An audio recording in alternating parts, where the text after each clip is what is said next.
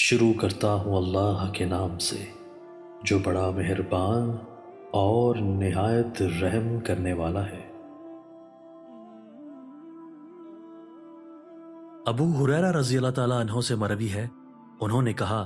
کہ رسول اللہ صلی اللہ علیہ وآلہ وسلم نے فرمایا، مومن آدمی کا اللہ تعالیٰ کے ہاں ایک مرتبہ و درجہ ہوتا ہے جس پر وہ اپنے عمل کے ذریعے نہیں پہنچ سکتا۔ اللہ تعالیٰ اسے ایسی چیز کے ساتھ جسے وہ ناپسند کرتا ہے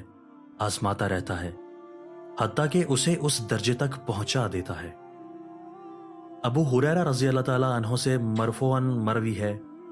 یقیناً اللہ تعالیٰ تمہارے جسموں اور تمہاری صورتوں اور اموال کی طرف نہیں دیکھتا،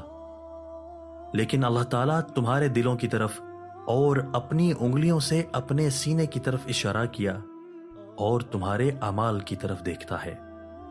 ابو مالک اشعری رضی اللہ تعالیٰ عنہ سے مرفوعہ مروی ہے کہ اس امت میں سے اللہ کے بہترین بندے وہ ہیں کہ جب ان پر نظر پڑے تو اللہ تعالیٰ یاد آ جائے، اور اس امت کے بدترین لوگ وہ ہیں کہ جو چغل خوری کرتے ہیں، پیاروں کے مابین تفریق ڈالتے ہیں اور پاک دامن لوگوں پر تہمت لگاتے ہیں۔ دوستو، اللہ تعالیٰ ہمیں ان احادیث مبارکہ پر عمل کرنے اور اپنی زندگیوں کو سنوارنے کی توفیق عطا فرمائے۔